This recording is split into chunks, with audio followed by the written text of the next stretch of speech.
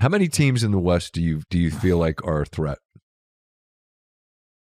I got 5. 5? I go all Are the way the down. Lakers?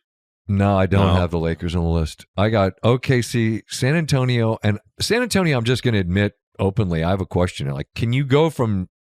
This is like you in Nebraska. Can you never have won a tournament game and then win 6? You're saying they could. Just got to find your Fernando Mendoza. That's a great analogy. Well, San Antonio collectively has 0 playoff experience. I mean, I think they found their Mendoza and then some in Wembanyama. But I've got OKC, San Antonio, Houston, Minnesota, Denver. I mean, threats. I'm saying threats. They're threats. I think it's OKC, San Antonio, and Denver. Minnesota and Houston, no thanks. No Lack bid, of no bid. The Entertaining, Houston but not a often- threat. Yeah, Okay. yeah. I mean, it sucks that they lost that game, and they don't have. I mean, I'd say this about every single team with not having their full lineup.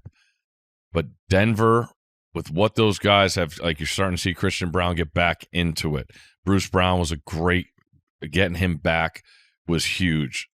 I agree. All I can think of with Brown is when my guy Malone was hammered, going, "We're gonna run this shit back. We're gonna run it back." And Brown was like, "No, I'm gonna take some money and leave." But knowing how good Aaron Gordon could be, and I, it might be 5 games he and Joker have played together.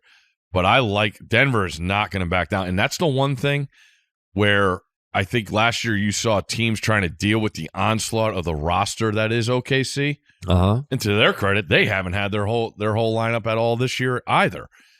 But there's a sense of we know what we're getting from the opponents of OKC. We know what we're getting. We know what we got to deal with. Shea's going to get some calls, but we don't fear them.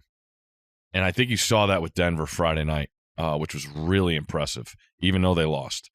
And San Antonio is just, I don't want to say the outlier, where they have all these things, but when you watch them, man, Castle is a problem.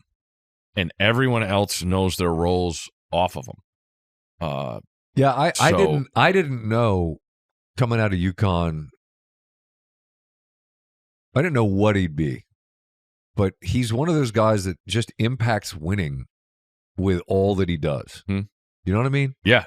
If you need him to make outside shots, he's going to do it. Need him to defend, need him to bring the ball up, need him to get into your offense, everything.